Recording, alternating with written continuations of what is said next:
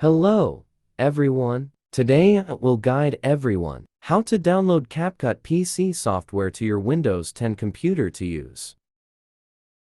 First, everyone will go to Microsoft's App Store. It is the Microsoft Store, everyone. Everyone chooses to enter.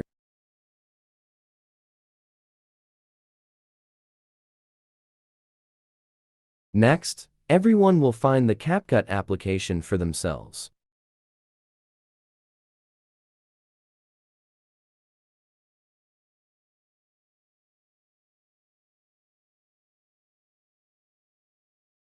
Everyone chooses this Capcut application.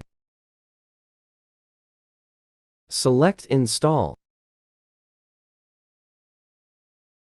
Now, everyone will wait for the Capcut application. Download to computer level 10.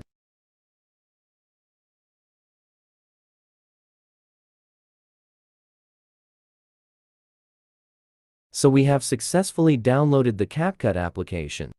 Now, we will open it to use. Everyone choose Confirm. This is the interface of the Capcut application. Helps us edit videos. Everyone can create a new project by selecting Create Project. And everyone will add videos to edit.